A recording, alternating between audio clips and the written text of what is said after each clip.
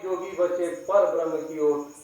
जैसे जब चक्की चलती है, गेहूं डाला जाता है तो सब गेहूं पिस जाते हैं, लेकिन कुछ गेहूं के दाने जो चक्की में धुरी होती है, जो बीच में उसका धुरा होता है, जब उसके पास में चला जाता है, जब धुरी के एकदम बिल्कुल नजदीक चला जाता है, चाहे जितनी देर तक चक्की चलती रहे, उस गेहूं का बाल बांका नहीं होता है। तो हमारा जो धुरी है, मूल है, वो भगवान है।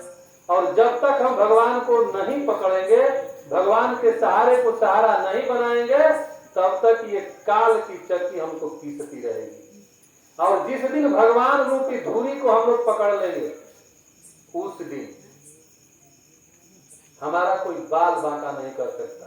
इस दुनिया में सबसे शत्रु तो हर जगह है, शत्रु तो पग पग पर है, पर सबसे प्रबल शत्रु हमारा मन है।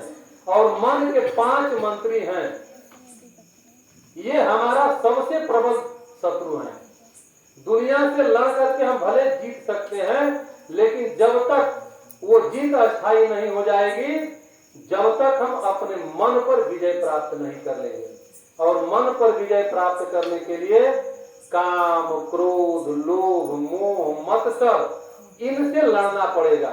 ये सब कहां से आते हैं? हमारे मन से। और यही हमारे मन को दुखी करते हैं।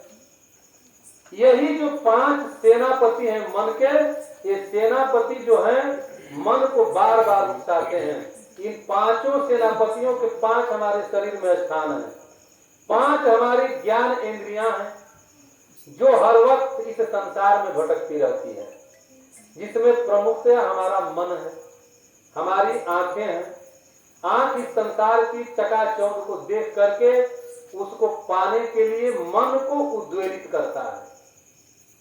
अगर आंख से जब हम किसी चीज को नहीं देखेंगे, तब तक हमारे मन में कोई तरंग उत्पन्न नहीं होती है, न पाने की न उसे भोगने की। जब हमारे आंख के द्वारा हम उसको देखते हैं, उस आंख के रास्ते से उस चीज का प्रभाव हमारे मन मस्तिष्क पर पड़ता है।